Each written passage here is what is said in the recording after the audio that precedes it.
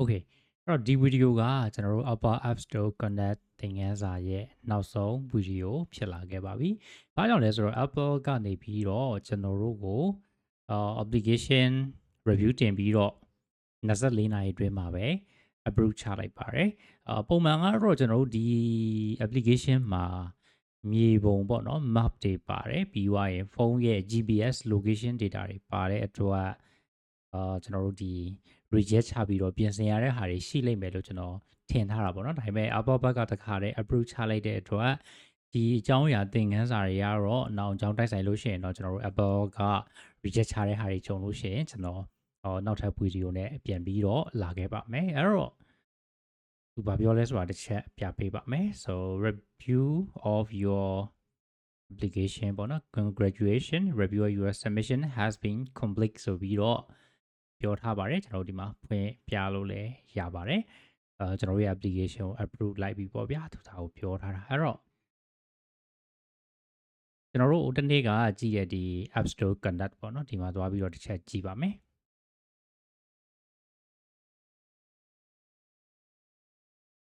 โอเคကျွန်တော်တို့ဒီမှာစိမ့်နေတာကိုမြင်ရမှာဖြစ်ပါတယ်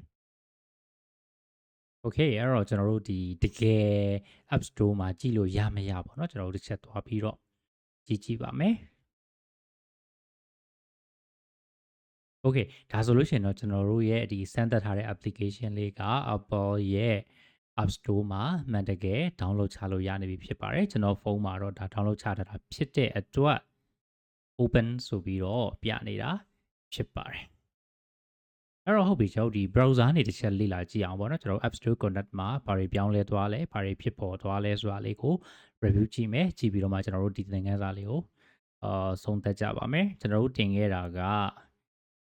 sorry prepare for submission ပေါ့နော်စပြီးတော့ prepare လုပ်တာက